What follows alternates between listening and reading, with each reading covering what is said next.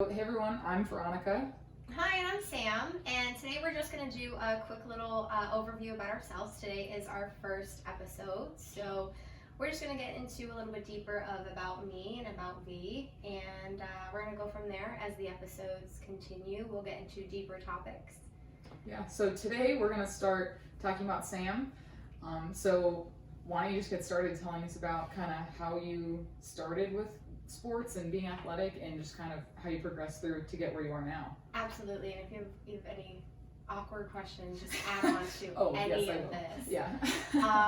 So I do just want to start off by saying that I am a dirt bike racer.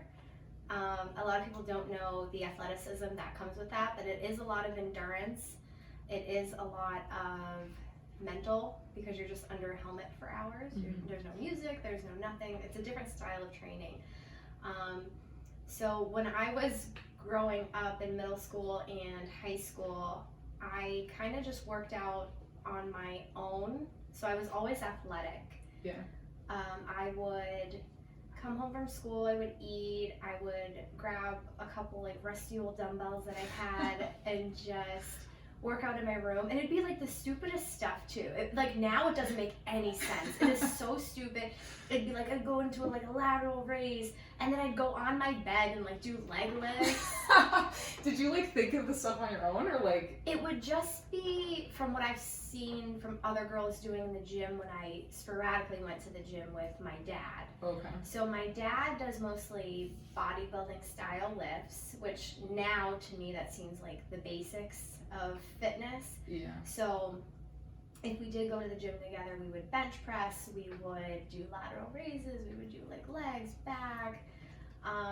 So when I worked out at home, it would be like a total body workout because I had no idea how to group stuff together. Just like most people don't know this. Most people don't know what muscle groups go together and what would be most effective to do the workout. So if I wasn't working out in my room, I would be going for runs. I remember I ran in the rain all the time, only because it rains all the time, I guess, here. So I would go on the stationary bike downstairs, put my headphones in, just to keep racing on my brain. It was never about how I looked, ever. Yeah.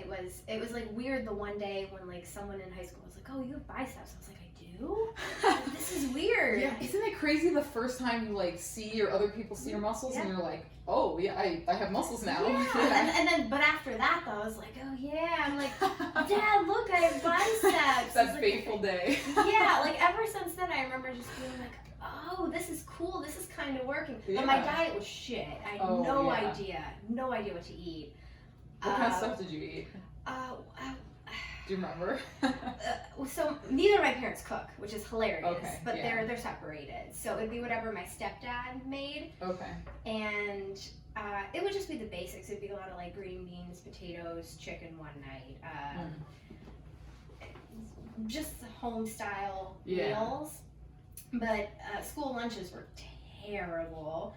So I remember coming home and being starving. Oh yeah. And eating whatever in the house. Like if my mom had like cookies, I'd be like, oh, I could eat a whole sleeve. I could eat a whole sleeve, and then I'm gonna run and I'll be fine. Not knowing that run maybe burned off like 5 cookies. Right. Yeah. Not a whole sleeve. Not at all. So my diet was just shit. Yeah. Like I said, I would see my dad on the weekends. Sometimes we would go to like a local gym, and I would just go on a day pass, and I would just do whatever he did. Yeah. No idea what other people were like looking at me. Like, I would get a lot of like, oh, that's so cool that you're working out with your dad, and I'm like, oh, isn't that what people do? Yeah, it was normal for you. Yeah. That's it. That's what we ride dirt bikes. Cool. We work out together. Cool. And I always wanted to be strong to ride dirt bikes. Right. They're heavy, and I crash a lot. So, after that, I graduated high school, and I did move in with my dad, and we joined a gym together, and that was fantastic. I got a 3rd shift job. Oh. So I would, if I didn't work out with him before work, like say he was working late, I would work until maybe 3 or 4 in the morning, It was a 24-hour gym, so I would go train after that, which now to me seems crazy. Whoa. So Like, you would your night shift and then you trained at like 4 yeah, a.m. right now, I mean, I'm not even that old, I'm 26, but like right now, I'm like, dude, where did I have this energy? I can't I can't even roll. No, and it's the most boring job ever. I worked at a newspaper company, so it would be shuffling papers for hours. I was in charge of night shifts. Well, that's what it is, because they need to get the papers out in the morning for the news, the print. So all the sports that just happened that night, as soon as you get the sports results, boom, they're in the paper. So I was in charge of like the Citizen's Voice most nights. So that big paper, I would shuffle it, put it in, and it was a very heavy lifting job because you got to keep up with the feeder. So I would grab these big bundles of paper, not knowing like it was a workout. Yeah. So I would lift, I wasn't working on my big job. bundles of paper, putting this in the machine, and then going and training shoulders. Like eight hours of that, and then being like, oh, I'm gonna go to the gym now. But it was cool that there was no one there. That's true. I had no desire of impressing people. I had no desire of wanting to like fit in or find a gym buddy. Like my dad was my gym buddy, and that is it. Even still to this day, like he's my go-to. He does all my videos for Instagram. Oh, that's so cute. He'll get the best angles. He'll take screenshots. He'll zoom in. He'll be like, look at that vein. I'm like, oh my god. So when I started going to the night shift, there was a front desk worker, and I would go to him for advice a lot. I'd be like, so what should I do? Like, what would go good with this? And eventually it started to come together for me. And after a while of going to that gym, there was like a little fitness studio that opened up with a personal trainer.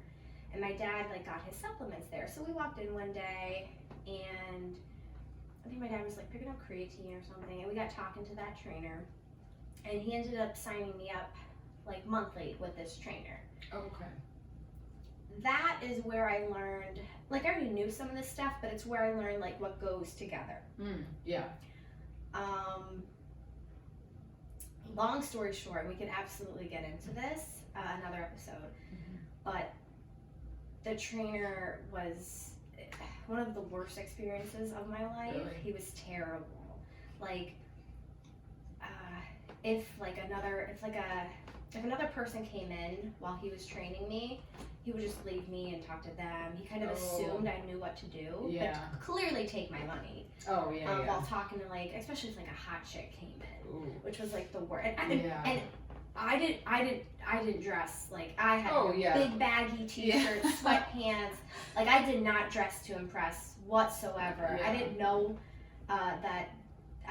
like there was like this whole Gymshark army, and there was like this whole beauty of fitness. I had no idea. I wanted to ride dirt bikes. That's all I wanted to do. You just wanted to be in shape for that. That's it. So anyway, I think he's like in jail now. Yeah, whole thing. I did a bodybuilding show, and I had to look up most of the things on how to prep for it, how to eat for it. I had no idea. So you just like decided you wanted to do one and then just started doing research? I was in such good shape that I was pretty much like weeks away of being able to do a show. Oh, I see. Okay. And that's how I live my life now. Yeah. Like not that I would want to, but people all the time tell me, oh, you should do a show, and I'm just like, I like to keep myself within range of feeling like I could. Just a mental thing. Yeah. Whether I do one ever again, cool. If not, cool. Yeah. I have a different attitudes towards my body and training than I think most women do. So I did a bodybuilding show. It was terrible. I remember the day of, the owner of the show had to show me how to pose, because my coach never showed me that, ever. Never showed me how to pose. I picked this one song, my coach didn't like it. He picked the song for me. Like, it was such a girly song. I wanted like this badass Pink song. And he picked Work Bitch by Britney Spears. I can't picture you walking on a stage to No, that. in a purple bikini. Oh my god. And I was in bodybuilding novice, so there was no heels or anything, so it was just like flexing and showing your abs and showing your back. So it was very simple poses. Mm-hmm. I feel like figure and bikini have harder poses than like bodybuilders have. Bodybuilders are like, show me your muscles, where figure and bikini are like, oh, look cute on stage. And you want that, they look for that bubbly butt. And I did not want to be a part of that community, so I went to bodybuilding novice. So I ended up winning it. Oh, nice. But that night, I did like a quick little post on Facebook thanking my friends and family. Mm-hmm. I was gonna do a big post the next day. Okay. So it was late at night. We just got back from Olive Garden, me and my family, and I was so full. Like, I just want to go to bed. Yeah. A little post, and I remember him sending me text messages after that post, harassing me, going, "I made you. How dare you not thank me? I'll spit in your face." Wow. And I had these this was back in 2013. I still had these screenshots up until I lost all my pictures and stuff in my phone a year ago. Just in case. Yeah. And I showed them to like friends that I knew that worked in law enforcement, and it was crazy. It was crazy. Yeah. So from that, moving on, I wanted to show the world that there are good personal trainers out there. Really bad. So basically you had one personal trainer, and then this guy for bodybuilding, that was a separate personal trainer, right? No, this is the same guy. Oh, it was the same guy. Okay. Same guy, yeah. Same douchebag. Yeah. Yeah. So all right, yeah. I was like, you know what? I think I want to be a personal trainer because I know a lot. I connect with people so good. Some people are really good at bodybuilding. They're really good at physique, and they're good at knowing muscle groups and knowing what goes. But they're not people pleasers. Right. Yeah. And it's awkward to watch. I've seen many trainers in my years of being a trainer kind of fool people into thinking that they're a good trainer just because they know a lot. Yeah, or they look a certain way. Absolutely, it's the worst. That's what so many people really don't get is like, just because you're good at a sport or at bodybuilding, or you look a certain way, does not mean you know how to coach it. Like, you could have a lot of talent and just kind of take for granted that things don't take as long for you to learn. And so when you try to teach someone else, they can't figure it out because like you don't know what to tell them what to do. And you never stop learning, and you have to be humble and realize that. I learn something new every day. I see a girl do a workout in the gym every day, or I'll go to CrossFit and I'll be like, oh my god, that worked. Like, I was so sore. Or I can give this to my clients. Right. So you never stop growing. You got to be humble. Yeah. He was not that way. So, he was just talking about and I wasn't a good personal trainer when I first started. So I got my NASM certification. I saw an ad on TV. Oh, really? And that's all that took. Yeah, that's all that took. Is I saw an ad, and I researched it, and I did my homework. And I was like, I'm gonna do this. I paid what I thought at the time was a big chunk of money. Yeah. And knowing now, I would have paid more because NASM was so good to me. Oh, wow. The people that they have over the phones are fantastic. That's awesome. So I remember getting certified and being like, well, where do I start? So I got a interview at a different gym, and I thought I nailed the interview. I thought I like had it because I'm so good with people, and I'm so good at talking with people. Yeah. And they never called me back. Wow. I'm surprised too. Yeah, like, because I would think like if you tend to have a good feel for things. Like if you felt like it was really good. I felt like it was great. Huh. But now it's funny because if I go back to that gym on like a day pass, I'm like, now look at me, guys. How many years later, and I was voted best trainer last year, and X, Y, and Z, and but it was kind of like a blessing, I guess, because everything happens for a reason. So I did end up getting a job at this other gym. I was there for a while. I grew a lot. I watched a lot of people. I learned. And eventually the owner asked me if I could start teaching group fitness classes. Oh, okay. At the time, I was not certified to teach group fitness classes. So there's always that gray area of what you can and can't do against the rules of personal training. They say that you're not allowed to train more than one person at a time without a group cert. Okay. A lot of people break the rules and they'll do semi-private training, and that's all good and all. Okay. But I do feel like everyone should be group certified at some point because it's another way to make more money. Why not? Is the cert for group like a lot different than? It was harder. Oh, okay, yeah. I failed the first time. I would imagine, because it is a lot harder with Yeah. more than one person, that dynamic of trying to keep an eye on everyone and give everyone attention that they need. Yeah. So not only that, but you're years out of school at this point. You got to relearn every muscle group, every body part, the nook and cranny of stuff just to be group certified. It blew my mind. So it was an open book test and everything. Failed the first time. I was devastated. Had to take the retest, passed the retest. I ended up getting a job at the gym I'm at now, Crunch in Scranton. And I was hired as a trainer and a group fitness instructor. So Crunch is great. They will send you how to teach their class, a booklet of it. Like, they cover all of the angles on how to do a class. So you're not walking into a class going, what do I do today? No, that they want it. They always say it has to be like a McDonald's. If I go to a Crunch in California, our fat burning Pilates has to be taught the same as the one in Scranton. Okay. So across the board, all classes have to be super similar, which is good because then you can't have like a terrible instructor. You're gonna have instructors that know what to do, know the material.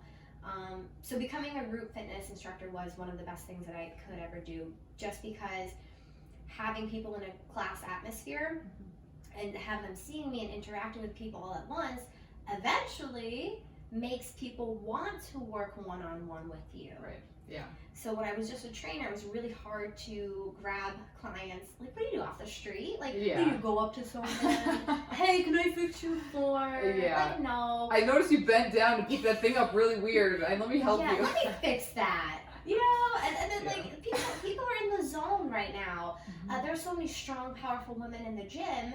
It's hard to walk up to someone in the gym and be like, hey, I know I'm 5'3" and I have a really high voice and I can help you. And you can't, but if you get them in a class, even a bunch of guys, if you get them in an abs class or a TRX class, or it doesn't have to be like a girly class, it can be like a badass boot camp, it could be something of that nature.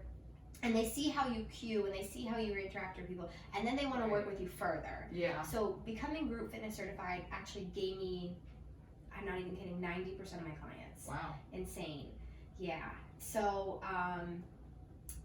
like I said, I got group fitness certified. I became a trainer.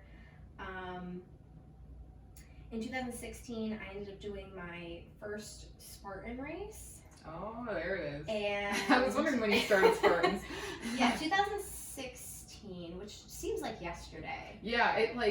It's weird. It was 4 years ago, but it doesn't seem that long ago. 4 seasons of Spartaning, but because you're on the courses for so long, it's just like, oh, that's a lot of hours of by yourself. So my first Spartan I did like with a group, and I just wanted to finish, and it was like a sprint. It was only like 5 miles, and it took forever because I had to wait for people. I remember being like, I'm better than this. I'm actually good at these obstacles. I suck at the hills, and I still fully suck at hill running. I try like hell, but I gotta keep trying. I gotta keep training hills. I gotta keep running. That's the only thing. Let me know when you want to train hills, because I actually love hill training. Like, I don't like running. I don't know. I think honestly because I'm not very good at running, but hills, it's like more muscles, you know? Like, so you're like, I'm doing a leg press. Yes, I'm engaging my glutes and my quads. Oh my and God, you're hilarious. Yeah, it's weird. Like, I get excited when I get to hills because I'm yes, I can push through this. I don't know what it is, but my calves kill me and my breathing. And I foam roll my calves, I stretch them, I do everything. Most people are like, oh, shin splints. I'm like, no, my calves. They're just shitty to me. I don't know. And I train them. Them. I mean, we do so many calf raises in a group fitness class. It's the easiest thing to do, and they still kill me. Yeah, it's weird because my calves don't bother me when I'm doing hills and I don't work calves, so. Genetics, I guess. I guess. So if you're listening and you have some calf advice, please let me. And don't be like, go do calf raises, do more hills. Like, no, I want the magic pill of how to fix my calf. Give us the magic pill. But my calves are like a decent size. They're not wimpy and small. Yeah, they're not. If I flex them, it's like, oh, like, oh, it's weird to say, I guess, but But, people like, are like, you have really nice calves. Yes, and it's weird. I feel like, I don't know, like, I don't know if just, there's something about women being fascinated with, like, other women's calves, and, like, it really weirds me out. I'm like, why? I don't Like, know. because I'm like, well, yeah, I want to have good muscles everywhere, but, like, I guess because when you're in heels, you don't want to look like you have oh, yeah. quad and hamstring and then chicken leg. But, like, yes, but I guess my vision of the types of women that wear heels all the time wouldn't want big muscles, you know, even if it's their calves. So it's, like, hard for me to understand. Well, okay, that. so do you ever watch, oh my god, do you ever watch Powerpuff Girls? Yes, I used to be obsessed. Me too. Miss Bellum. You know how they drew her calves? Yeah, that's... It was, like, straight leg, but she had, like, That's true. she had, like, hamstring, Yeah. beautiful calf, Yeah. red heel. That's a good point. Yeah, so it all ties back to Powerpuff Girls. It does. Who What would've was your thought? favorite? It's bad that I don't remember her name, but the green one. Buttercup. Yeah, I was Blossom all the way. Yeah. See, I liked Blossom, but I couldn't relate to Blossom. Like, I was more. Let's face it, I'm a Buttercup. Yeah, But you're a Buttercup. But green is my least favorite color, so it was kind of just like, why couldn't Buttercup have been like a different color? Oh my god, this is getting so off topic. Yeah, it's okay. We're like half the power. So, anyways. So I did Spartans. Now I race in the elite division. Yeah. I'm not like in front of the pack or anything, so don't go looking at my name and my results. But So what's I do decent. so elite? There's like elite age group is the next one below Yeah. that, and then it's just open. Yes. Okay, so Yeah. so open is just like you don't really.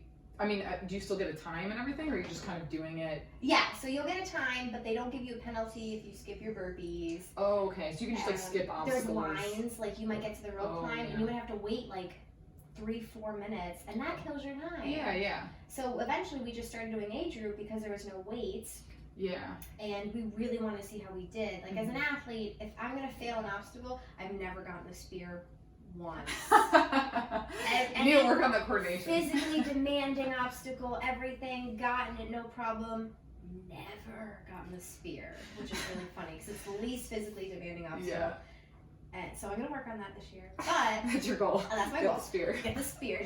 Just chuck spears in my backyard, and my neighbors think I'm already nuts. Just order a spear off Amazon. Yeah, Talita has one. Oh, does she? Yeah, Okay, she has hay bales and everything set up in her backyard. So go She find gets it spears. every time. Yeah. Okay, Yeah. that's why. She has a spear. You need to get a spear. Yeah. So can you imagine like my neighbors? Like I already ride dirt bikes in my yard, and I work out Just in my yard. practicing with your spear. So now I'm gonna start spear throwing. Yes. My neighbors are gonna be terrified. Well, maybe they won't be surprised. Like, oh, I was wondering when she was gonna get a spear. You know what? Yeah. Probably. Yeah. They're like, bitch keeps failing the spear. It's It's about time you start training. Yeah. So that's my Spartan career. I have a couple of trifectas. I have a double trifecta. And that means you do 3 in the same weekend? No, it just means there's a 5-mile sprint, like a super Oh. is like 8-ish, 9 miles-ish, because heavy on the ish, because sometimes they don't count like a bucket carry. If the bucket carry is half a mile, they don't count it. Yeah. Yeah, they just drive around on their side-by-side tracking the miles that way. Yeah. They don't really go up the giant steep ass bucket carry. They're like, they'll add that into their Strava. You know, like they'll figure it out. Yeah, that's fine. They can do a little more. They're Spartans. So I've done Spartans. They're cool. They're fun. They're super expensive though. Yeah. So that's why I don't have like a triple trifecta or a quadruple, because it does come down to my dirt bike season comes first, and it always will. Yeah. And they're just expensive. And then everyone's like, oh, there's always coupons and stuff. Well, guess what? You can't use those coupons when you're in the elite division. Oh, and even with the coupons, it's still expensive. I mean, super expensive. that's like one of my big limitations is just I'm like, do I want to spend all that money on a Spartan? Like I do, but they're also like far away, and it's just travel, parking.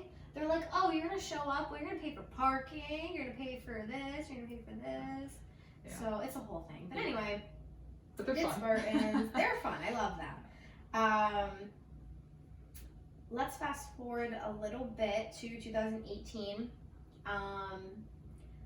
I never did CrossFit. I never did Olympic style lifting. In a way, it kind of terrified me because I was not taught that way. Mm-hmm. Bodybuilding, I could create a custom program in 2 minutes. I'm so good at it. Yeah. When it comes to Olympic lifts and CrossFit and all that nature, I was just lost, and I hate feeling that way. Yeah. So I followed Brooke Ents on social media, which everybody does. I was like, I want to look like this girl. She's pretty, she's feminine, but she's jacked. She's a badass. And I love, like, because, like, I don't know, I just love how jacked she is, and you know, people give her crap about it because, like, oh, you're so manly, but it's like, you have to work so hard to get that. Honestly. And it just, she owns it. She looks really good, and, like, it's awesome. But also, what gets me too is people look so much bigger online. So when I met her in person, she's nowhere near, like, I'm not, oh God, here we go. Yeah, right. No, but it's true. Like, no, but people look bigger online. People see me in person, and they're like, oh, what do you weigh? Like 120, right? And if you see me online, people are like, do you weigh like 170? Really, I'm like hovering around 125, 130. Right, and it depends too when you're taking the pictures. Like, did you just work out? Are you pumped up? Honestly, you know, because that's one thing that, like, I started to realize is I always was like, I want to, like, look muscular all the time, but it's so hard to get that. But Brooke Ents and every other CrossFitter, that's their job. Yeah. So they wake up, they eat, they train.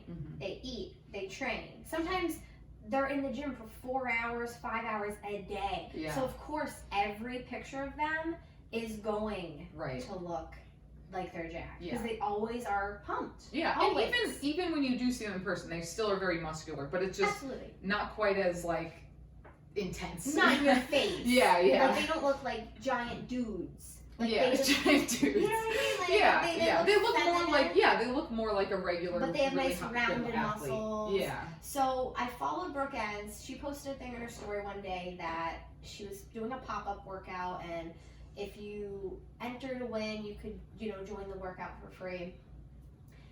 No idea that, so we're from, like, the Scranton area. No idea that this workout was in Pittsburgh. Which is like, oh, the camera just switched.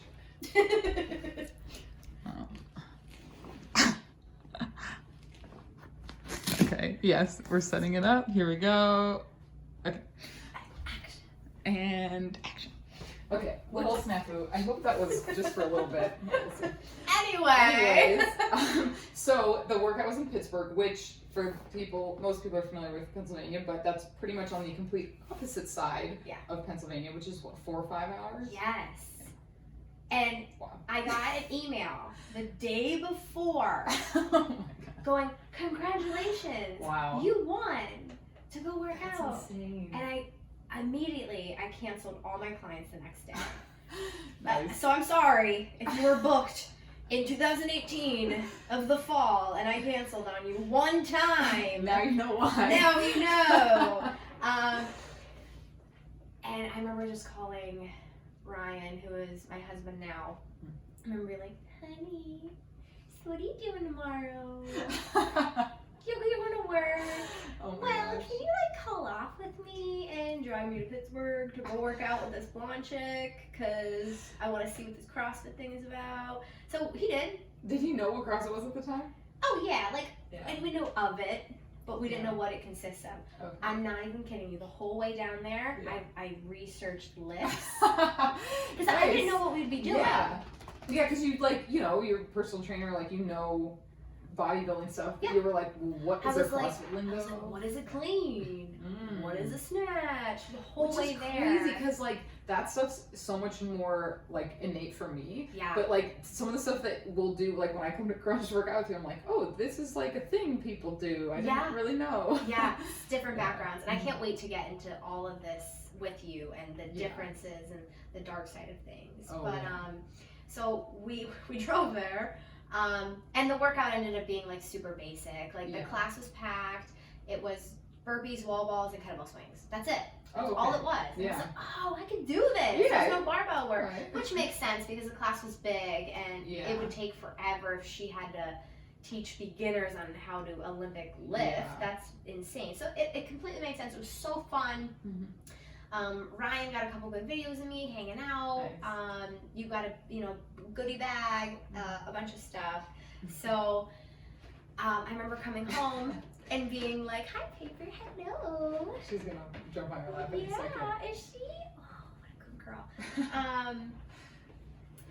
So when I came home from that, I just researched local CrossFit gyms in the area, and one of the gyms that I called didn't call me back. Okay. And then I called 570 because they had a good reputation, Yeah. and Bob answered immediately. Yes. Right? Yep. He's Immediately he answered, and I go, well, I've never done a CrossFit class before. I've done one with Brooke Ends, and he was just like, he's like, who are you? Where did you come from? Like, that was your first. So the first time I learned how to ski was in Vermont at Killington? Yes. Got it. The only one I know in Vermont. Yeah. So that's where I learned how to ski. Yeah. Like, Did your so friends like rope you into it or something? I just got like a free. I was on like ski blades because that was cool. I just had a coach, and the coach ended up like staying with me, and because there was all like me and little kids. Oh, And I was okay. like, hey, I'm here. I don't know how to ski, but I figured let's learn Killington.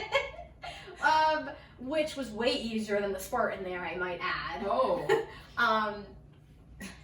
But so it's really funny how like the first time I skied was in Killington. The first time I did CrossFit was with Brooke Ends. Like I just go big. I guess. I don't know. I have no plan. I just sporadic of the moment. I'm gonna do this. So Bob over the phone, back to calling 570. He goes, well, the workout today consists of rope climbs. He's like, do you know how to climb a rope? And I was like, yes, I do. I'm a Spartan. I do rope climbs blindfolded. So I was like, all right, I'm going to try this. It sounds like a fun day. I showed up to like an 8 o'clock class, I think. It was before I went into my job at Crunch. Okay. It was only like me and 3 or 4 other people, so the class was relatively small, which was awesome because I think that's ideal for like a first class. So you're not intimidated. Yeah. There's not a bunch of people slamming weights around you. It was 3 or 4 people. It was push presses, which I love because I love shoulder day. I was like, you get to dip. Oh yeah, because you normally do them straight. You don't have to straight. This shit is awesome. I love this. It's Use my fantastic. legs. This is for me. It was like push press into God, like I love a it. rope climb, and I don't even remember. It was something else, and it was fantastic, and I loved it. So I came to a couple more classes on like day passes, and that's when I started off like, hey, Talitha, which is my friend anyway. She's bridesmaid at my wedding and everything. You guys will get to meet her when we talk about like diabetes and stuff, and when we get into that. But hi Talitha. So I kind of convinced Talitha to go with me because there was partner workouts. Okay. Yeah. And I was still like fairly new. And then eventually you stole our box in a class. Oh, that's right. I didn't. You're like, can I work in with you? And I was terrified. I was like, is that how this works? Yeah, to be fair, I didn't steal the box. I maybe not politely asked, but we were like in the middle of a workout and there were only a certain amount of boxes. No, guys, she's heavily breathing, she's sweaty, and she comes over and she goes, hey, can I work in with you? And I'm like, I guess so. I like how deep you made my Because, like, you have these giant legs and you look so fit and you're lifting this heavy ass weight, and I'm over here with like my baby weights. No, but you guys were moving and I was like, all right, like these chicks are cool, right? Like I was like, I can show their box. She had this vibe. Yeah, I was like, these girls look like they're okay with me taking the box while they're doing this. And I will say too, I asked to use the box, and then as I was using the box, I was watching you guys to see when you were gonna put your bars down, so that I could like go and like find a different box. Oh yeah, you were super courteous. It wasn't awkward. But I still saw your box. But like for me, like not knowing you, Mhm. it was like, is this how this works? But it's so funny. We just steal each other's equipment all the time. But it's funny because like there's certain people I talk to now that I know very well because they've been going to the gym for a while, and they're like, yeah, when I first met you, I was so intimidated, and I'm like, what do you mean? I'm like the least I know. intimidated That's person. what the funny part is. Yeah, but it's so funny because like you just because if I'm you only see me when I'm in the middle of a workout. Yeah. I get very in the zone. I have like I don't think I have a serious face, but I do. Like watching myself like videos now and like yeah, I get very into it. I'm like very focused, and so like when you did the open the last time, and I was like cheering for you, I was like afraid to cheer for you. I was like, yeah, go. But it's like I'm not angry. Like I like when people cheer for me. It's just I don't let anything show on my face because I always learned like never to show expression because then you're using valuable facial muscles and you're wasting energy. Yes, and so it kills me when I see people like, hey, I just told this from a coach. But Brooke Entz says when the pain gets really tough, she smiles. Right, I get that. It's like, I've never done that. It's crazy. Yeah. And you look crazy. Yeah, I can see that. But I know when I'm alone working out and stuff, if I remind myself to smile, I could push myself that extra second. Like it's the weirdest thing. Yeah. I've never tried that. Maybe I'll try. I don't know. Don't do it. Yeah, I mean, I don't get like when I get into I that, think like, you would look crazy. Yeah, and when I get into like the pain cave, I'm like just focus, like just think about what you're doing as you do it. Don't think too far ahead, and I just get I try to zone in, and that's when I tend to look really like pissed off or serious. Yeah, I'm just like, you're just in the zone, Yeah. and that's okay. That's Yeah. okay. You're in the zone. That's all right. but I can look scary sometimes. That's all right. That's okay. Right, So I stole your box, and then we became best friends. And here we are. Yes, here we are now. But no, so I did CrossFit for a year. I've been doing it for a year now, like a year and a month now. I used it to get in shape for the 24-hour dirt bike race that I did, which I ended up winning. Cool. My husband won it 2 years in a row, which is insane. Oh, yeah. It's nuts. This was your first year you did it? No, the year before I did on a team of 4 other women, and we won it in the premier women's class, which was really cool. So you like take turns going? Yeah, we would do every 2-hour shifts. Oh, okay. But after a while, you were off the bike for such a long time, it got really boring. Yeah. So I was like, I'm gonna do this solo and see what I can do, and I ended up winning it by like 14 hours. Wow. Last year, which was like a big leap. And so I used CrossFit to get in shape for that. I used it to get in shape for my wedding. And I got my diet a little bit stricter. I'm petite, so weight shows easily. Our camera setup. Our camera is It's a very going professional. for a ride. It's a very professional camera setup. And action. Yes. Yeah, you should see this camera. Yeah, setup. I'll post a picture of it because It it's is pretty hilarious. ridiculous. It is pretty amazing. It works enough. So, I used CrossFit just to get. I did not do a lot of bodybuilding last year. I just showed up at CrossFit. I ran a lot on my own time. I worked out a lot in my driveway. The neighbors I've seen think those I'm videos. nuts. Yeah, we'll get into that. How like nuts my neighbors think I am. Oh, I bet. I even think you're not just watching videos. I can't imagine like seeing that. Can you imagine just like driving by and seeing this chick like floor pressing on the pavement, this barbell? They probably think you're some like professional I don't know, like CrossFit athlete, like Matt Fraser, like working out of your garage. The one guy commented on one of my posts because I was like, I posted a picture of me on my dirt bike, like sleeveless, riding around the yard, and I was like pretty pumped up in the picture. Yeah. And I go, I wonder what my neighbors think of me. And one of my neighbors commented, and he goes, "There's a rumor on the block that you're Iron Man." Oh my God, yes.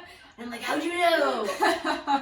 You found me out. So yeah, I ended up losing 10 pounds because of CrossFit, and Wow. 10 pounds on me is a lot. Yeah. It is a lot. So growing up, all through high school, middle school, I was like 115, like skinny fat, kind of muscular, kind of not, just from picking up my dirt bike all the time because I crash a lot, you know. Right. Yeah. But Picking up my dirt bike is fun. all the time. Yeah. It's so fun. I'm short, so I can't touch the ground and all this other shit. Yeah. But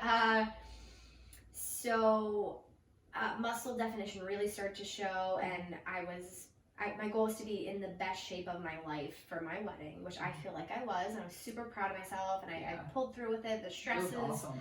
the stresses of the wedding, and the stresses of being in shape for it was terrible. So of course, joining CrossFit made sense because then you have a coach. Mm-hmm. So I already have to program so many other people's workouts. Why do my own? Yeah. Like I can't. So at least CrossFit, there's already a program, there's already a design, there's already a method to the madness. Mm-hmm. We switched up often. The workouts are so fun to me. Yeah. I love being able to be like, yeah, let's go, pull this heavy deadlift, and then let's go rope climb. Yeah, I know. And you're like, wait, what? And then like they're like, all right, go run a mile outside, come back in, do all these pull-ups, and you're just like, this is insane, but I love it. Uh-huh. And I think that's just the athlete that I am, because I Yeah. always trained for performance and not looks, even though it helped me tremendously.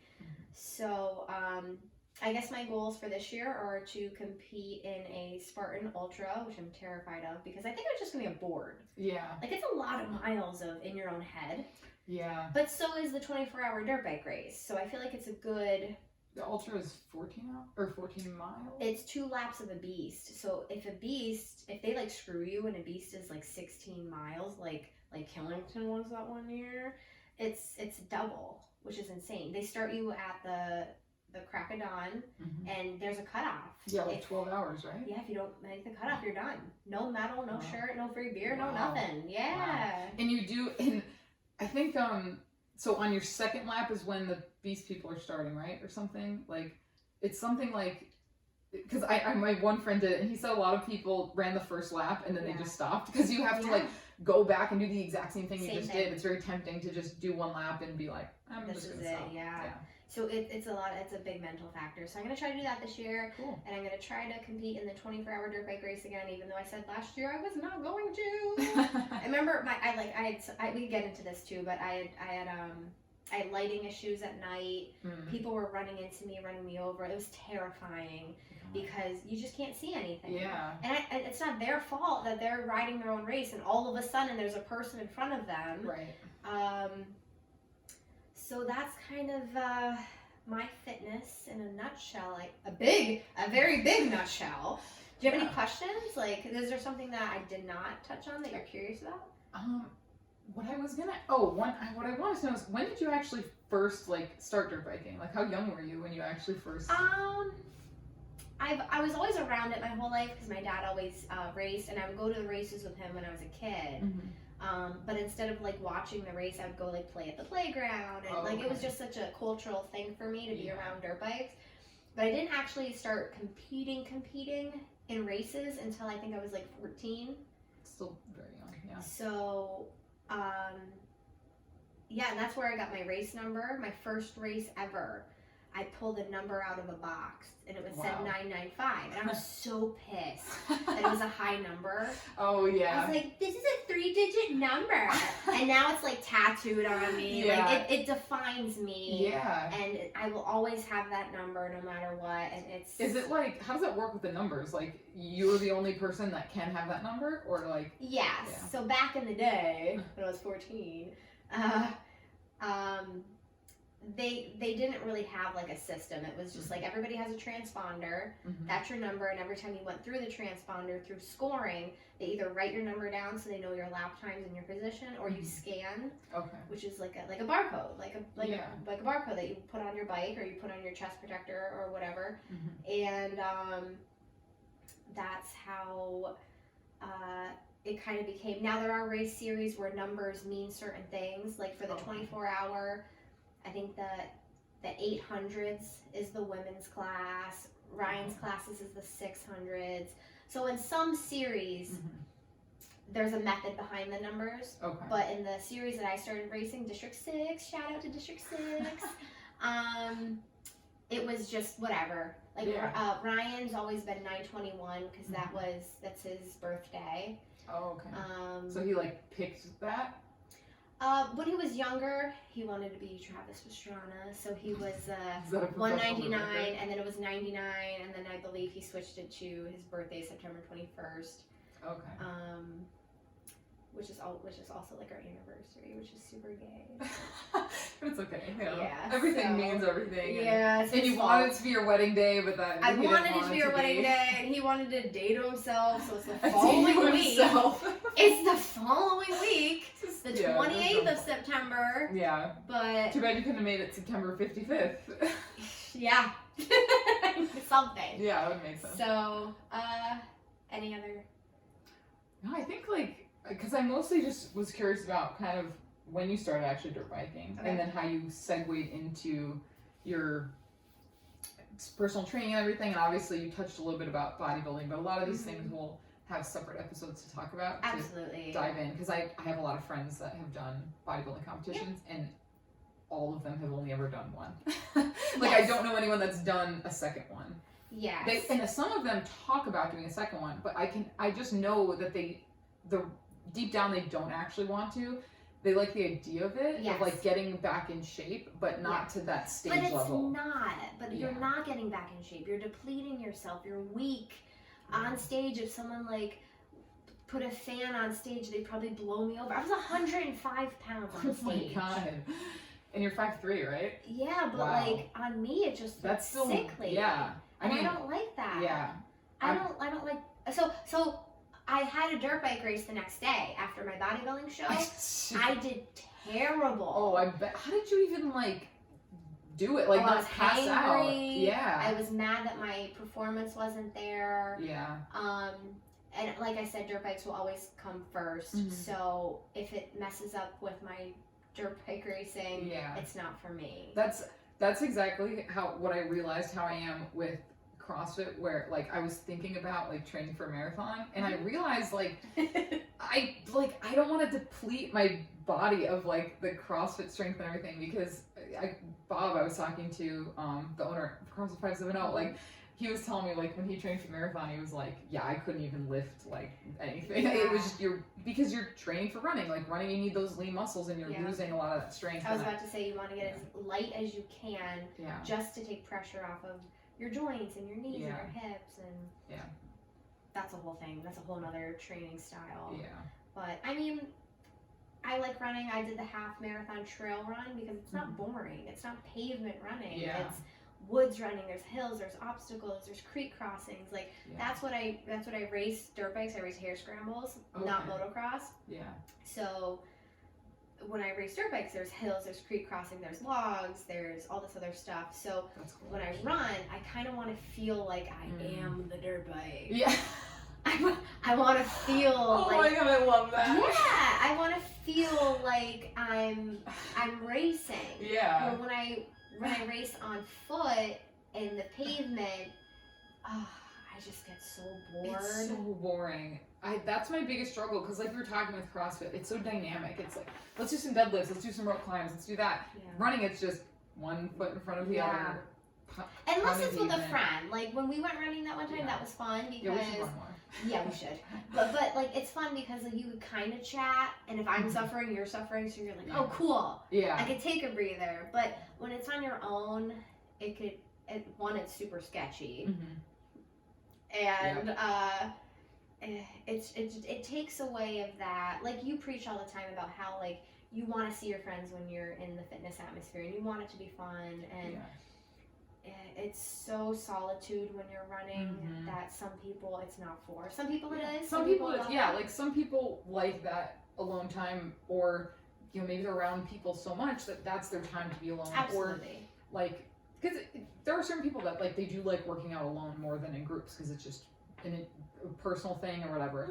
I'm just not like that. Like, same. Yeah, I go crazy. Like I need to be around other people. I need to be suffering with other people. Yeah. I mean, I could go for a run. I could be like, okay, I'm gonna go run 5 miles. But any more than that, I'm just like, Yeah. I could be doing something with my upper body. Yes, it's like, oh, what else can I do? Like, I could do a totally different workout. Sometimes if I run, I'll come home and be like, what can I do now? Yeah. And I don't know how people. I don't know. I guess it's just whatever you like. Yeah. It's whatever you like. Whatever you enjoy. Yeah. I mean, I support any type of fitness, so I'm not opposed to anything. I did the yoga thing for a while. I absolutely loved it. I went religiously. I learned so much. But it's hard to commit to when you have clients and you have your own goals. And Yeah. one of my goals, everybody's goal should be flexibility and balance. It Mhm. absolutely should be. And I do teach that in my personal training. Yeah. But there's a whole nother level that you could take it to that takes a lot of your time up. Yeah. And it's really hard to get there. Yeah. So, yeah, yoga was fun. That was Yeah, a I fun. like yoga too. That was a fun 2 years Yeah. that I went religiously. Wow, 2 years. But then the studio moved, so I was like, I'm good. Yeah, I'm not put in gonna my do the time. drive. Yeah. No, I really like hot yoga or like vinyasa yoga. It's like, because it's very intense and I'm not very flexible, so it really does push me. It's just like, it is hard to commit to other things because it's like you can only, do so many things and kind of prioritizing, like you said. And I do it on my. Whoa. The contraption Like a trip. Okay. has fallen. Yes, I might have to change this one. All right, back up and running. We had a listen on food. Now we're at a different angle, but we're still okay. All right, so yeah, I think we cover a lot for you. And if I feel like I missed something, obviously I could go into it down the road. Yeah, we'll have tons of episodes. We'll cover stuff because that was still like, I just found out you did yoga for 2 years, like right, at the end. Yeah. So there's gonna be things we think of like when we go more deep into certain topics. You know what I get a lot when people first meet me, I get a lot of, are you a cheerleader? Oh wow. And I get a lot. Oh gosh. Okay. Hold on. Okay. Is Jordan home? Yes. She's like. Daddy's home. Yeah. So she needs to go say hi. So you get that you're a cheerleader a lot. So I get a lot that I'm a cheerleader, and I get a lot of, are you a gymnast? Oh, okay. Which I always wanted to be one. So I'm like, well, no. But thank you. Yes. So I don't know. When I was more into bodybuilding than I am now, before I even started CrossFit, I would actually go places and people would ask if I did CrossFit. Oh. And I would be like, no. Yeah. I'm a bodybuilder. You're like offended. Yeah. Yeah, because that's my dream. It's people be like, "Do you do CrossFit?" Like just off the street, and like of course it happens to you, and you're like offended. I know, but now I'm like, why? Yes, I'm kind of a hybrid athlete. I do a little bit of everything, and I don't think that athletes should be labeled in that way. I think you just like fitness. That's what I like. I like anything to do with fitness. But sometimes I'm not even lying. Like, I'll do like a really hard WOD at CrossFit, and then I'll go back into work at night with a client, and then I'm like, you know what? I'm here anyway. I might as well do biceps and triceps. So I sometimes do work out twice a day just to get in a muscle group because I miss it. But to me, doing muscle groups isn't a chore. It's like the easy stuff now. Yeah. It's like the fun accessory stuff. So if I come in, especially if it's a shoulder day, I love it. I put my headphones in, and it's like my happy place. See, I can't like even like it's not just with running like that I'm alone. It's like anything I do workout wise and I'm alone, I hate it. Even if I do a CrossFit WOD that I like alone, I don't like it. Like it's very hard for me. So it's funny that you're. But that's what I did for years at 3 or 4 in the morning after work by myself. Nobody around, figuring it out on my own. So kind of going back to those roots kind of keeps me grounded, I think. I think it kind of keeps me self-motivated, but I also don't want to lose all the muscle mass that I've gained throughout the years. So I won't go super heavy because we do go heavy in CrossFit some days. So I won't go and do heavy deadlifts at CrossFit and then go do like a heavy back day at Crunch. I will do accessory stuff. I'll do reverse flies. I'll do, some dumbbell rows, higher reps maybe. So I do plan it accordingly. And sometimes I'll ask Coach Bob, I'll be like, hey, what's the workout like tomorrow? That way I know if I do a back day tonight, there won't be a ton of pull-ups or chest to bar the next day. I don't want to have to be a double sore which I still get sore all of the time, no matter what. Yeah. It's just a thing. So. Yeah, everyone gets sore. So yeah. Cool. Yeah. Sweet. How about you? All right, yeah, let's talk about me. Similar to you, like I've always done some kind of sport, but for me it was like most American children, soccer. And like, I don't know, I don't even remember. Like I think my mom said I started when I was like 3 or something. Like, Did you enjoy it? I loved soccer. I played it until I was like, through high school. But when I got to high school, I was like, that was when I kind of realized I wasn't as good as I wasn't good enough to move forward in it. Okay. Like I was like good enough to be on a team and like do decent, but you know, because I was always so into sports, like whenever I got to the point where I knew like I was kind of getting to the peak of my ability, like even putting in, you know, obviously I didn't train as much extra as I could have, but I didn't have a lot of talent in soccer, and I was kind of like, I really like it, but it, you know, it's not as enjoyable when you're not like as talented or whatever. So I was just like, I kind of got to the end of the line with soccer in high school. Okay. But when, I played soccer like when I was a kid and everything, but I didn't really get into like sports and performance until like when I was like middle school. My older brother, who's 2 years older than me, he started getting really into sports. And he actually just started like doing random like things with his diet. Like he just decided to cut out soda one day, and I looked up to him and I was like, I'm gonna cut out soda too. Yeah. And so literally like in middle school we just like both cut out soda, and literally like since then I'll drink soda occasionally like if I'm drinking, but I don't drink very much. So I never drink soda just like recreationally, I guess you would say, throughout high school or anything. And it's funny because now I take for granted that I forget that people drink soda. Like I'll see people drinking soda, and I'm like, wait, that's a thing you drink just during the day? Like what? That's not only with alcohol? Yeah, it's super weird. It's like you're putting this in your body. Are you kidding me? It's crazy. Willingly? Yes.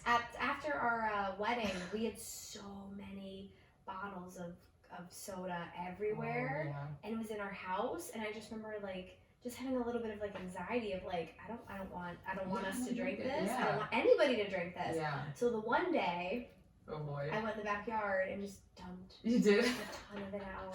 There's like people watching this that drink soda. I know. Like, oh my god, you could have given us so many liters of soda bottles. But yeah, it's just it doesn't feel like a drink, you know, it's like, or like something you should consume. It's like, So I started cutting out soda with my brother, and then he also started getting really into cooking, because like my parents were not the best cooks. Like we grew up on spaghetti and Prego sauce because they, you know, their family's Italian. They're like, oh, Italian, but it was literally like boxed spaghetti and Prego sauce.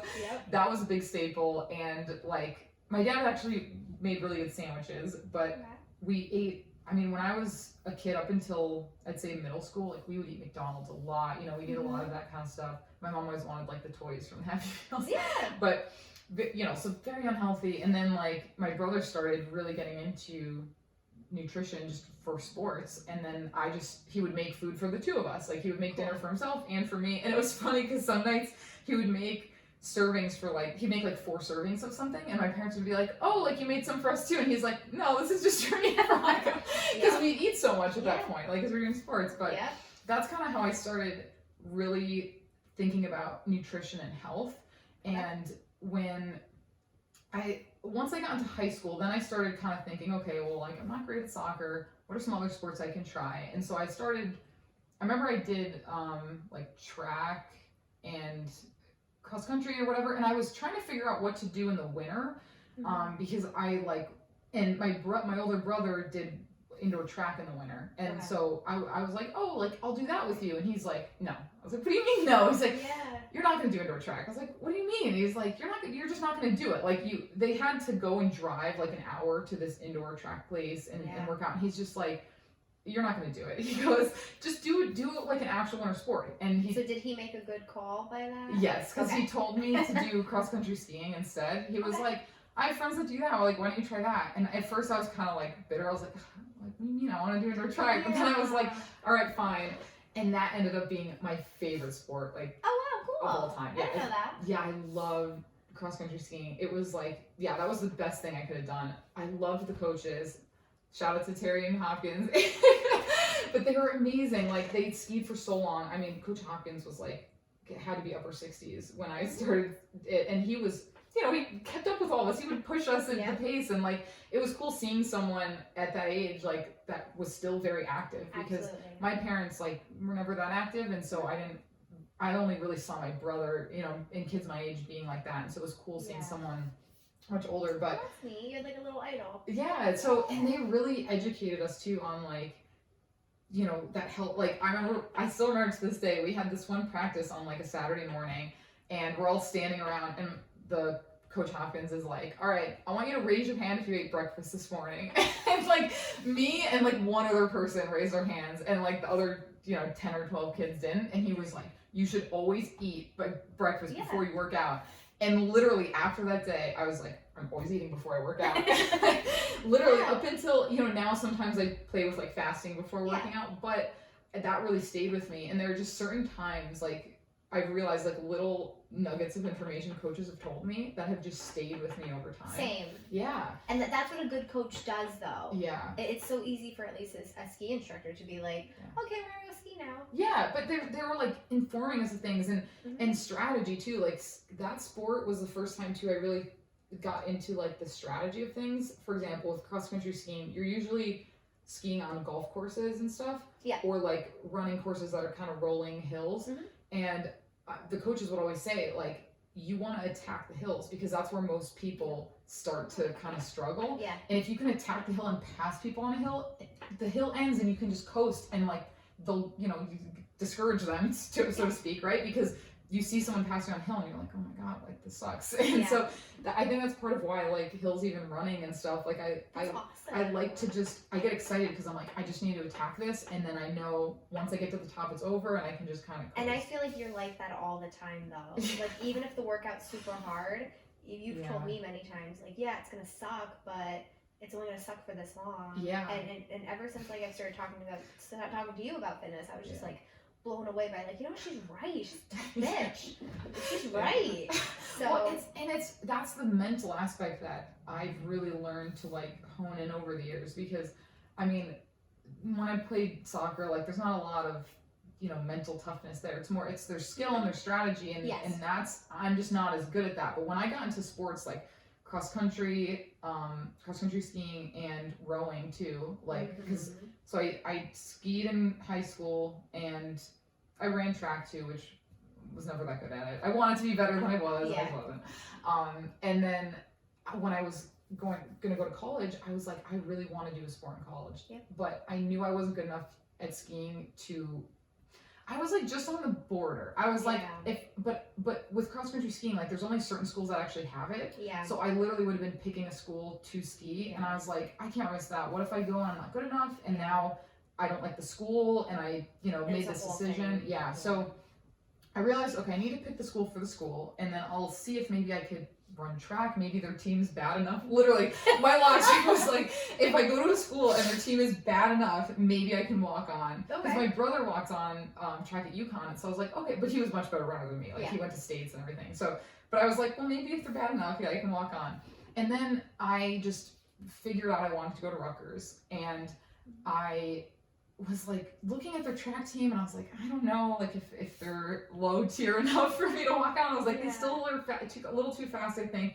And my brother, again, he actually told me, he was like, well, have you ever thought about rowing? And I was like, rowing? I was like, what do you mean? I've never rowed. He's like, well, I have friends that are on the rowing team here, and they walked on, like, they had never rowed before, but he was like, you know, given like your background, like, he was like, you might be able to walk on there. And I was like, oh, okay. And so I started like doing research and stuff, and I actually found that cross-country skiing is like a great segue sport into rowing, because it's a lot of the same muscles. Like, with rowing, you want like those big quads and glutes and everything, and that's what you develop with skiing.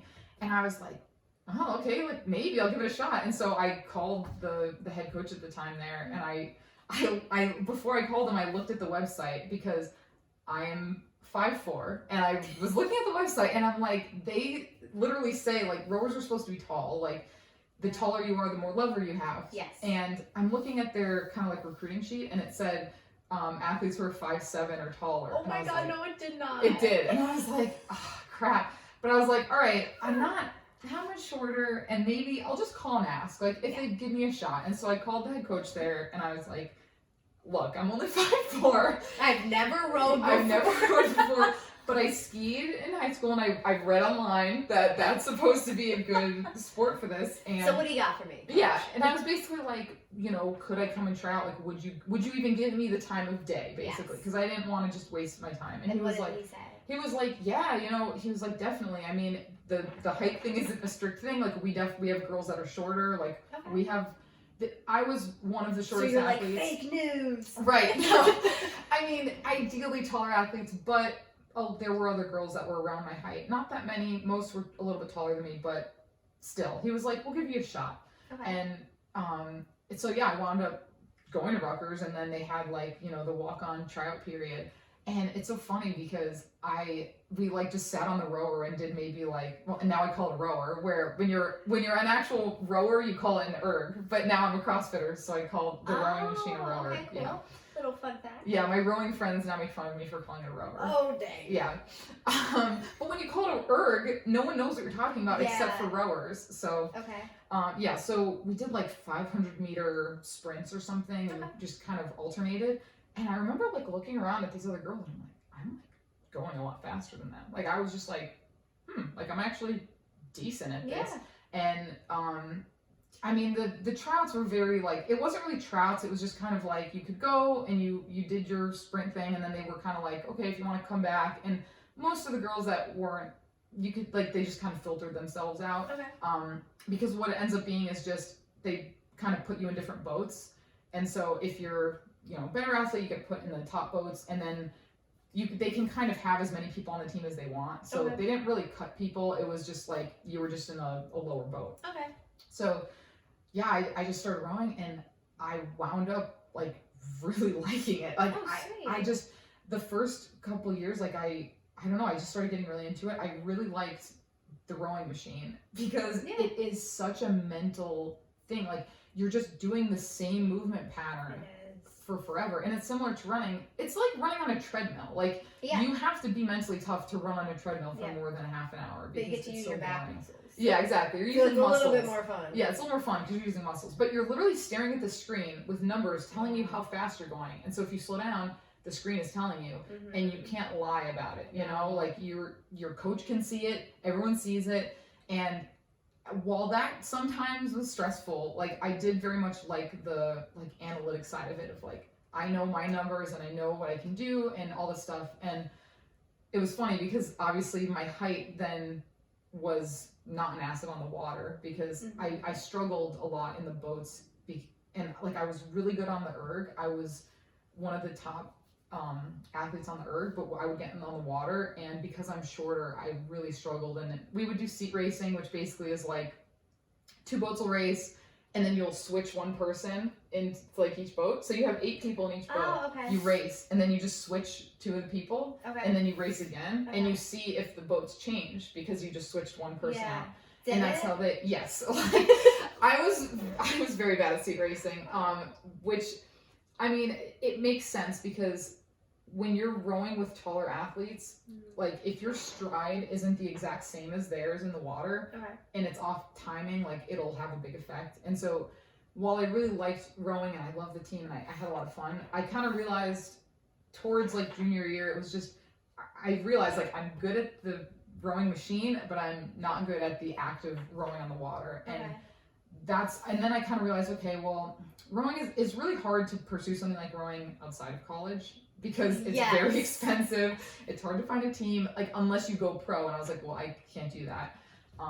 And so once I was, I guess, like, I actually started doing CrossFit, I think after sophomore year of college as cross training, because I had a couple friends that had started doing CrossFit. Did you do any CrossFit while you were rowing, like in the practices? No. So we did do lifting. So we would have our regular rowing practices, and then our practice schedule was ridiculous. We would practice every single morning, Monday through Saturday, and then we would have extra workouts we had to do on our own 2 days a week. So it was like rowing 15K on the rowing machine on your own, which takes like over an hour and is boring as heck. Yeah. But so we'd have that, and then Monday, Wednesday, and like 2 or 3 days a week we do lifting, and so that's where I learned how to clean and stuff because we actually had a lifting coach. Yeah.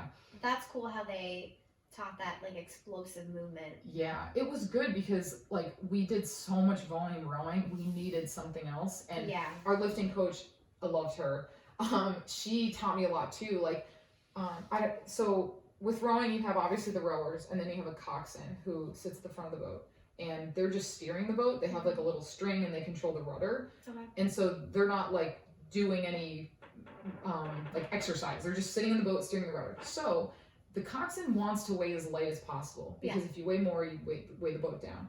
But there's like a minimum weight you can be because they don't want coxswains to starve themselves. So you can't be under 115 pounds. If you are, then you have to carry like a weight with you to just kind of discourage people from trying to be rude. So if you weigh 110 pounds, you have to carry a 5-pound plate with you. So there's no incentive to be under 115 pounds. So typically, most of the coxswains on the team were my height because they were my height, but they weighed like 40 pounds less than me. So it's kind of funny. But there was one coxswain on my team who she weighed like 130 pounds, and she always wanted to like try to lose weight to weigh the boat down less.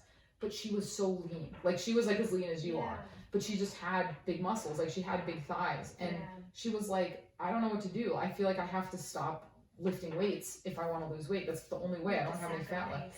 And I remember my lifting coach was like, I'm not gonna let you do that. Like because that muscle is what's keeping that fat off, because muscle burns fat, and it's not healthy for you to do that. Like I'd rather you have this muscle and weigh down the boat a little bit. Yeah, for lifelong health. Because like, I mean, it's a college sport, but like it's just a college sport. Like you're not a professional athlete. You could preach all day about that because that's so important. Yeah, and that was like, that's when I realized like, I don't know, the coaches I've always really loved are the ones that taught things like that, where it's genuine, like, and real. Yeah, and how to last throughout life, never prioritizing the sport over the person. And absolutely. Because that's a big thing with coaches is like, most of the coaches that are like, have bad coaches are the ones that prioritize the team, or like, you know what I mean, like the activity versus the sport and how well the team does over the athletes themselves, their mental state, and everything. And so I really love that weightlifting coach, and I'd say like I started doing CrossFit just as cross training in the summers when we were So what year was that?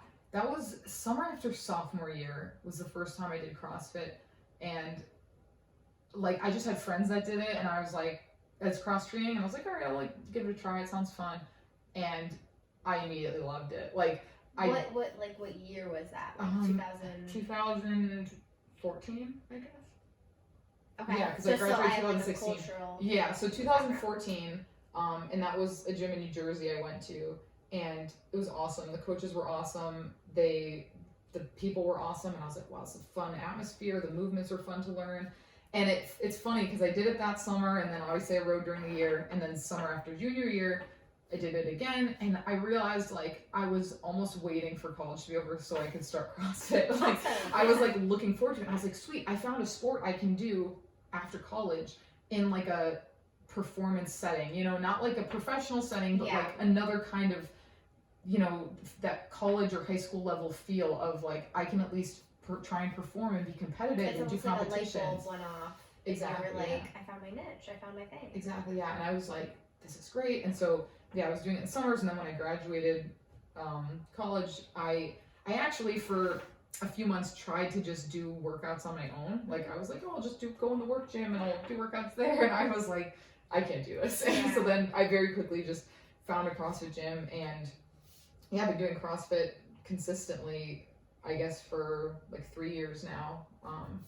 Okay. Yeah, consistently. You're really good at it. I thought you were doing it for so much longer. But part of it is because I have that background of like cross-country skiing and rowing. You're very powerful. Right. Like it's my legs are like, have so much history of like working on those, and that's what a lot of CrossFit is that leg power. It is. Yeah, and the movements that I struggle with are all the upper body ones, because skiing and rowing, skiing works arms a little bit, but rowing Not to an extent. Yeah, and rowing barely. I mean, people have the misconception that you're pulling, but you're not really pulling. You're pushing with your legs, and your arms are falling. And you're bringing it back. Yeah. So you don't really work your arms. I used to actually, when I first started CrossFit, like my arms looked like noodles, and I would look at pictures of myself, and I'm like, my legs are so big, and my arms look so thin, and I hated it. And like now my arms are more full, and I'm like, okay, I look a little more balanced now, but I still struggle with the stuff where it's isolating your arms because if I can do like push presses, I'm good, but when I do strict presses, it's like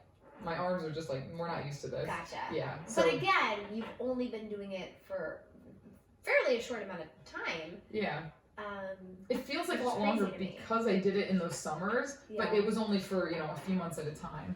And yeah, I mean, and that's why it's funny because when I did first start CrossFit, like at the beginning, I was coming in a lot better than most people do because most people don't have that sports background. And I'd always tell them that. I'm like, look, it's because of this. Like I put in all this time, and with CrossFit, a big thing is that mental toughness. And I built that up over the years with all these other sports I did. I mean, like when you're rowing on the water for hours and having a coach yell at you and like trying to like get your blade to go in at the same time as everyone else's blade and it's a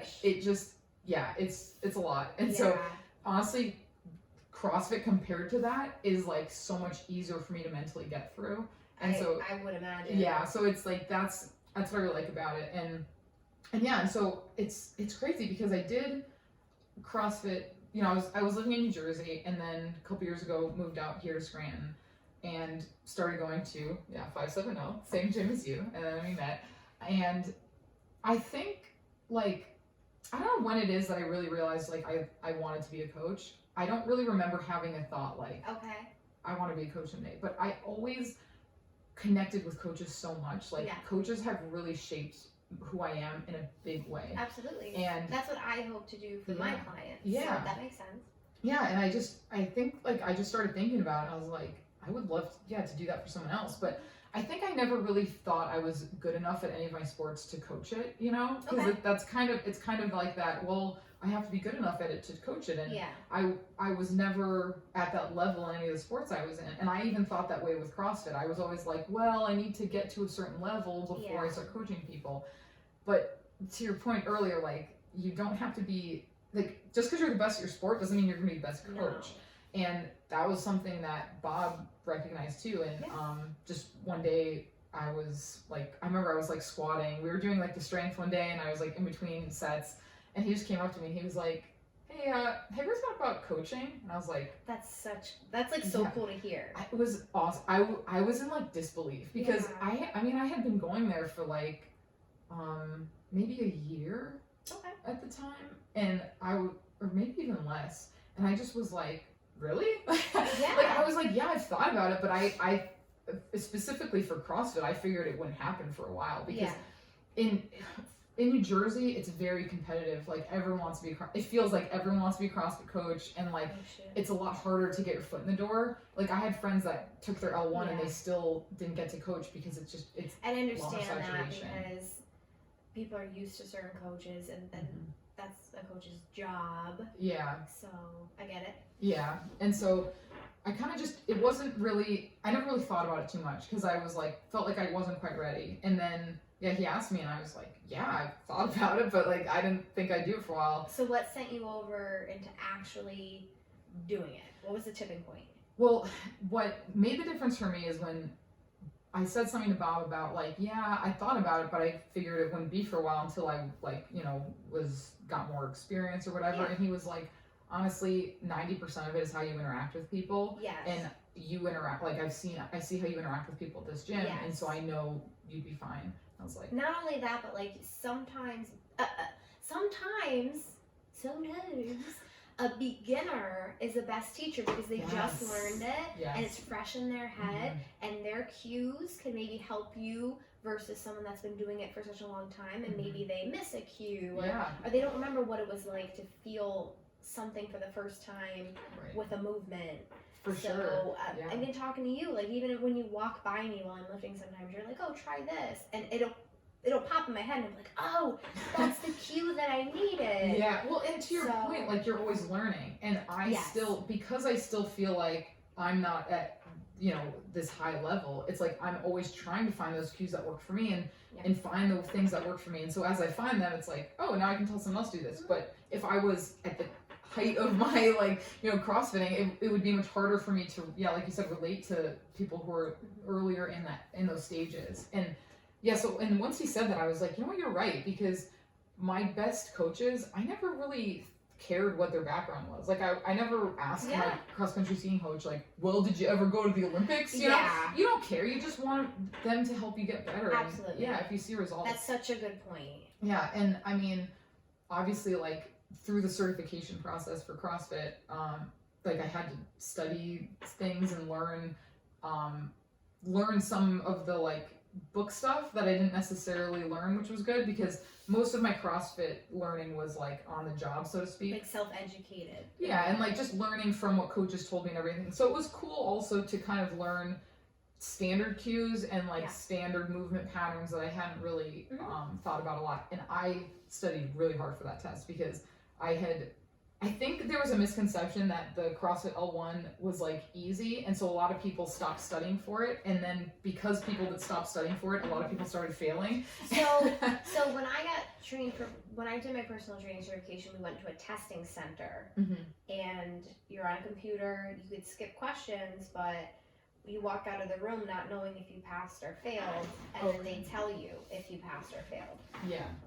What did you have to go through to get your cert? Yeah, so the way I have no idea. Yeah, the way it worked, at least for me, which was a year ago, was happy anniversary. Yeah, not quite exactly, like a little over a year ago. On the ish. Yeah.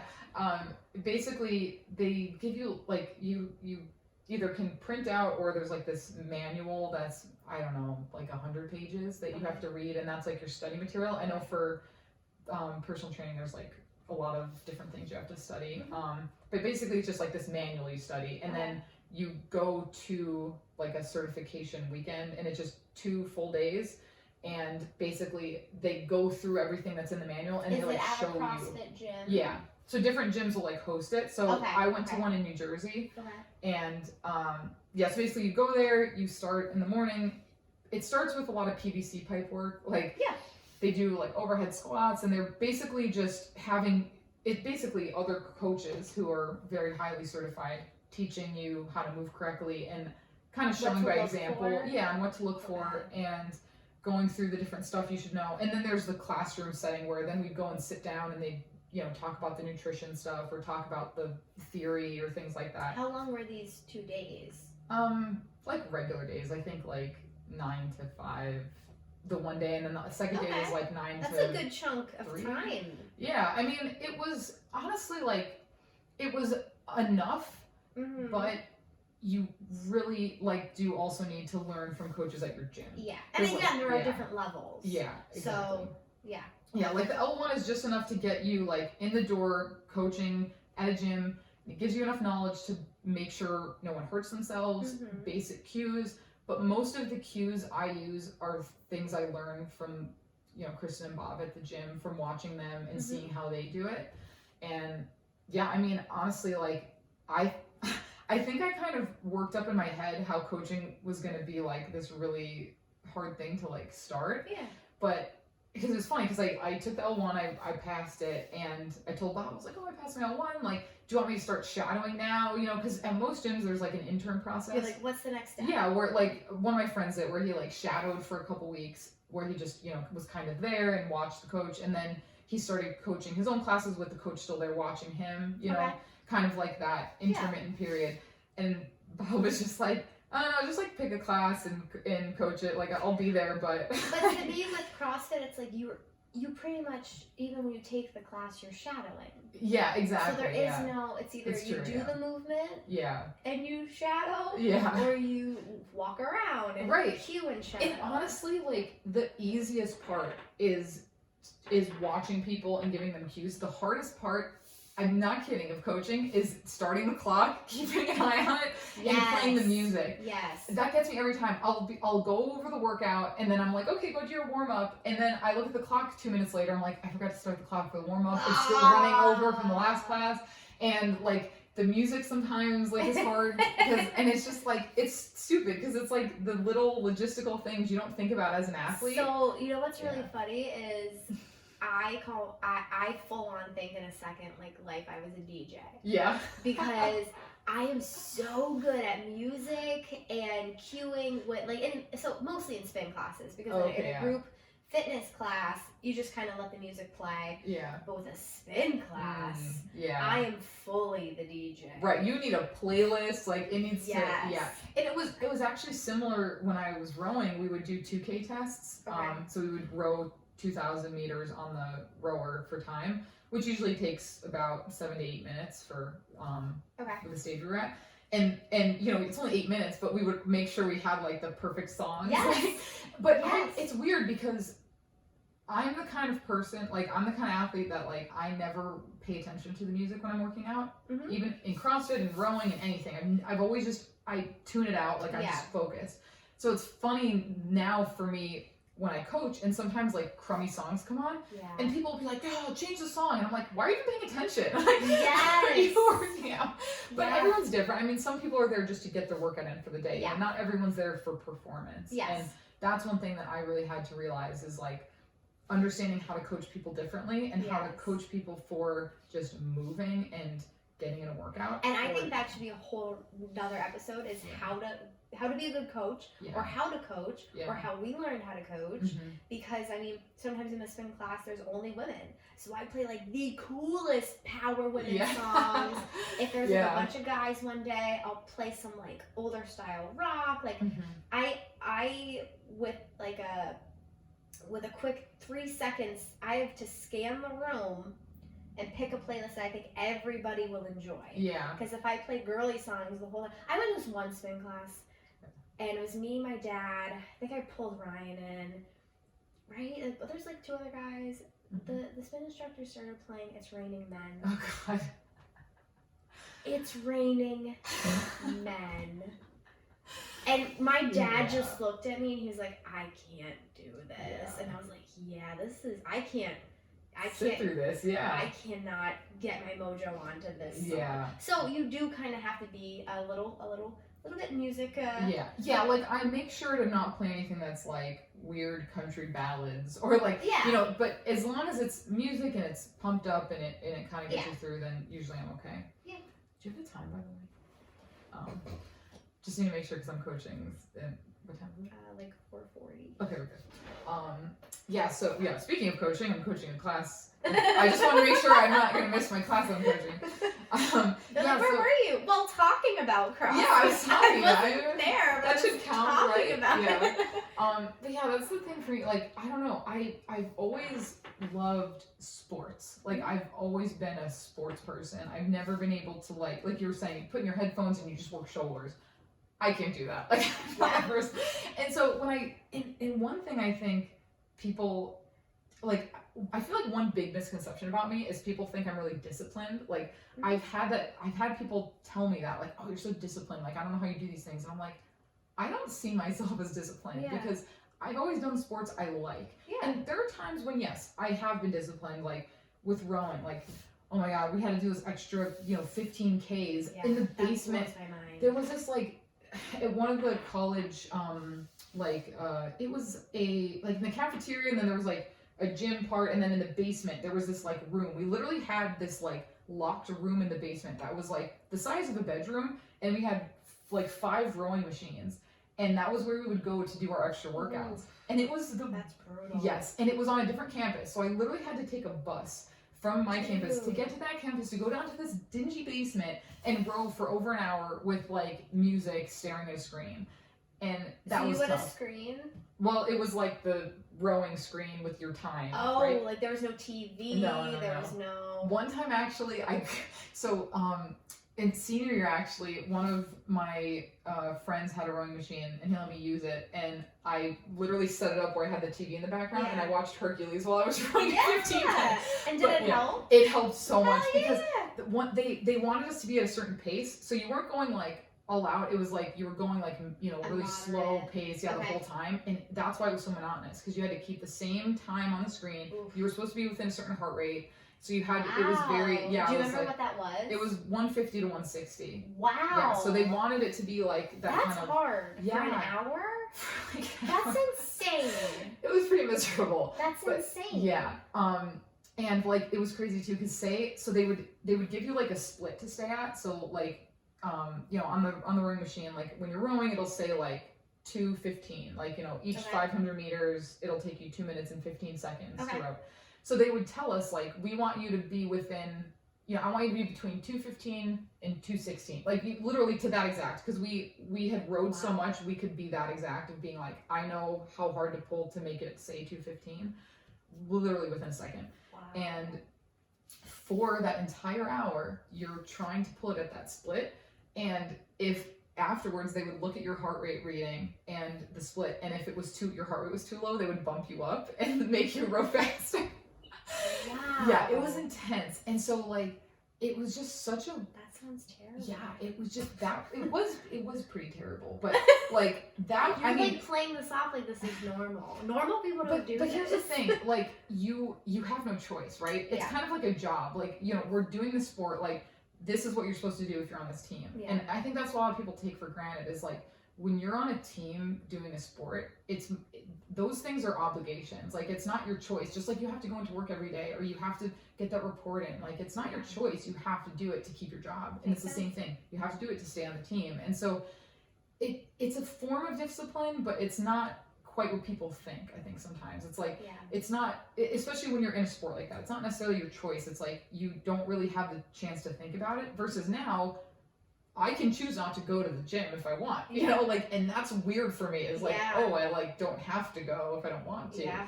But with CrossFit, I don't not want to go because I love it so much. And even when you miss, you're texting us like, were the workouts fun? I'm like, define fun.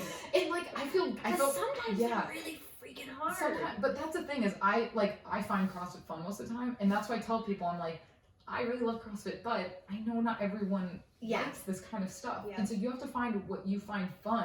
And then it won't feel like you need to be disciplined to do it because you just want to do it. Like, I feel like you have to have like a need for an adventure almost in a way, because every day you don't know what you're getting yourself into. Exactly. Yeah, and that's what's cool about what I really like about it is it takes the thought out of it. Like, I can just go to the gym and someone else tells me what to do. I'm working out with other people. It takes my mind off of it. Versus like, if I go to Crunch, like, if you're not there and I go by myself, I'm like, I have to figure out what to do. I don't have people to support me. And you just feel like you have to find equipment. Like usually at CrossFit, like sometimes the equipment's already out for you. The box is already out. The barbells are sometimes already out. And I think especially for me, like, because you grew up more with that bodybuilding, you got that structure from your dad, and like he showed you kind of the ropes. For me, I always had a coach guiding me through. And so now it's like, whenever I try to do stuff on my own, I'm like, I need someone to guide me. Like, it's not necessarily a good thing, because when I go on vacations, I have a very hard time working out because I don't like working out by myself.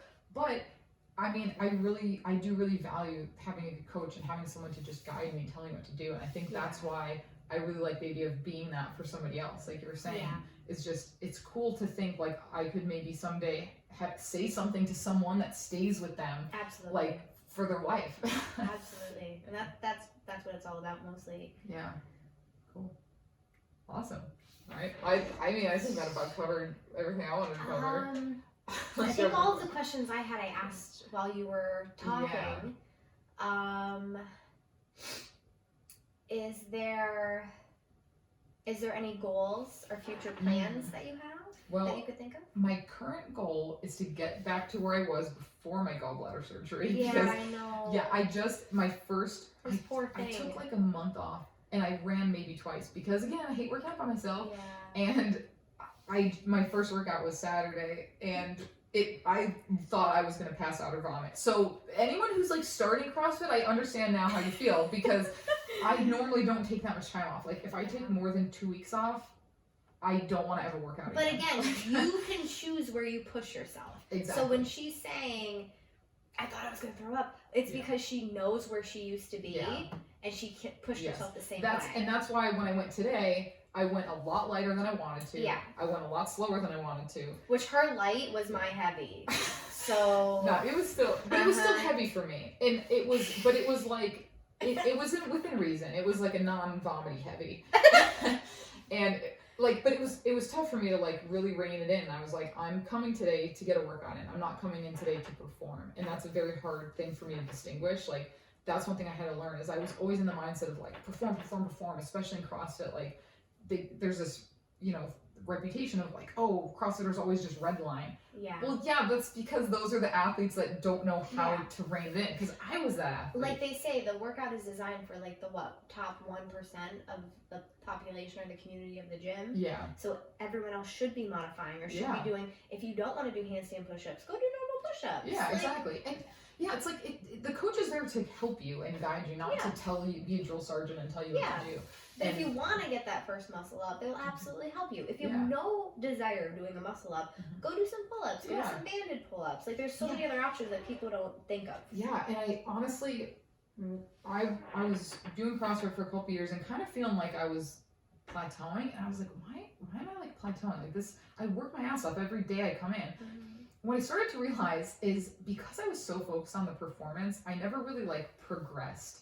Like if there was a workout where it was like bar muscle ups and thrusters, say, I'd be like, well, I can't do bar muscle ups, so I'm gonna do pull ups, and I'm just gonna go as fast as I can doing pull ups. Yeah. But then I made the switch in my head of saying, well, why don't I try to get bar muscle ups and just sacrifice a workout instead of like always having to redline? And so then what I started to do is I'll do that workout, but I'll do maybe banded bar muscle ups and thrusters and not care about my time or how fast I'm going and just focus on getting the skill. And that is absolutely okay. And that's I think why so many CrossFitters get frustrated because of not progressing, and they're like, I work so hard, I don't progress. Yeah, because it's because you're working too hard. You're always redlining. Yeah, like you have to take those skill days. Like on days when there's handstand walk or muscle ups or something like that, I usually treat those days as skill and technique days and just focusing on getting better at that movement instead of just trying to like kill myself and like, because it's very rare that you're going to have the opportunity of going to an open gym and trying to learn it on your own. It is very rare. Exactly. And that's the difference is like, you know, obviously professional CrossFit athletes,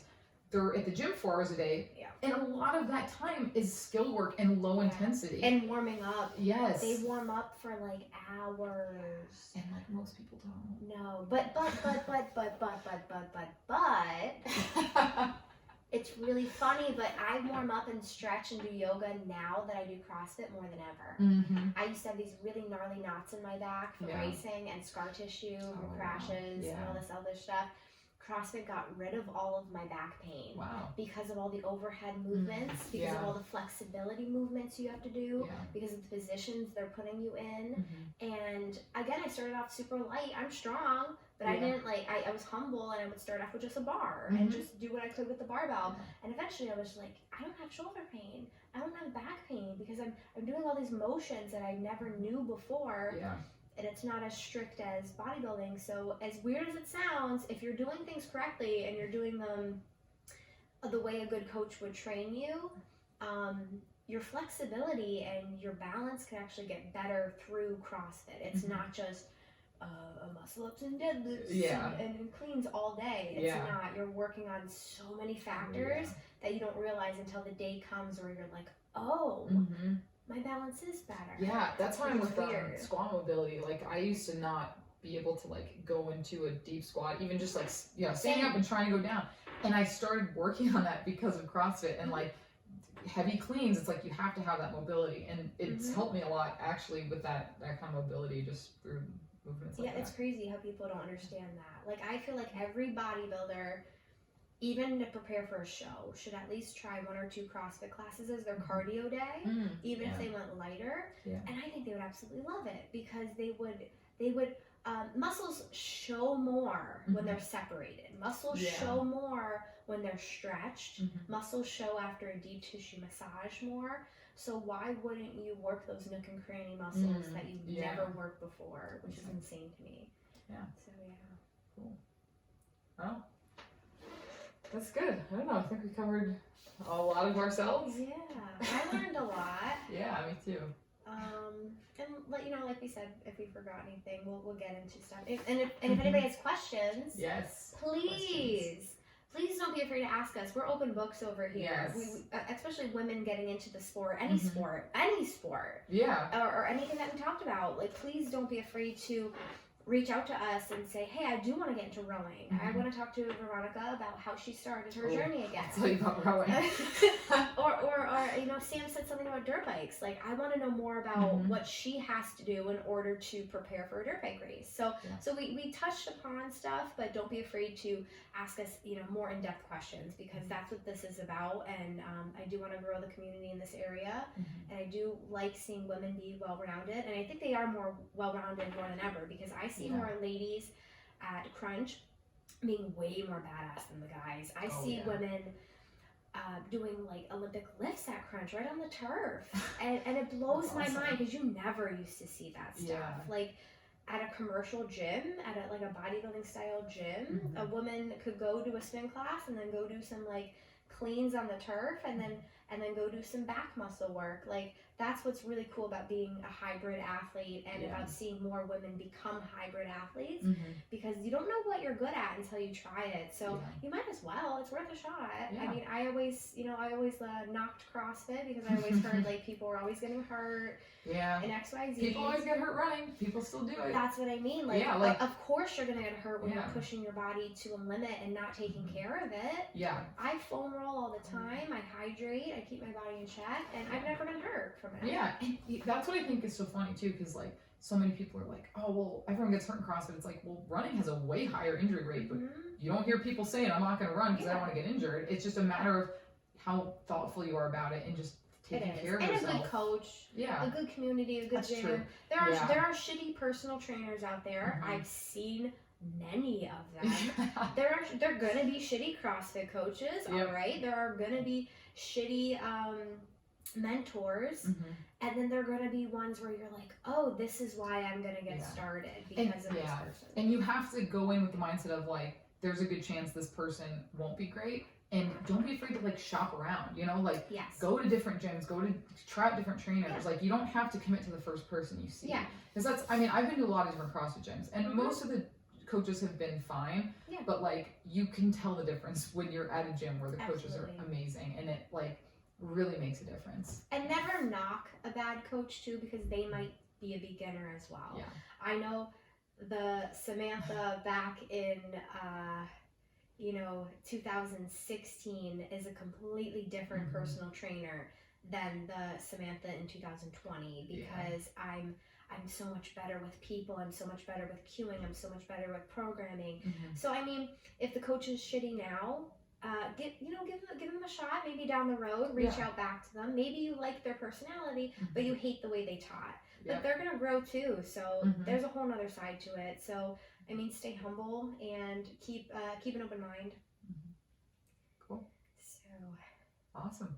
Well, on that note, I think we can wrap it up. Yeah, I think so too. All right. Thanks for listening / watching. Yeah. Thanks, guys. Yeah. And hopefully you tune in next time. Yeah. Don't be afraid to ask us stuff. Yeah. Awesome.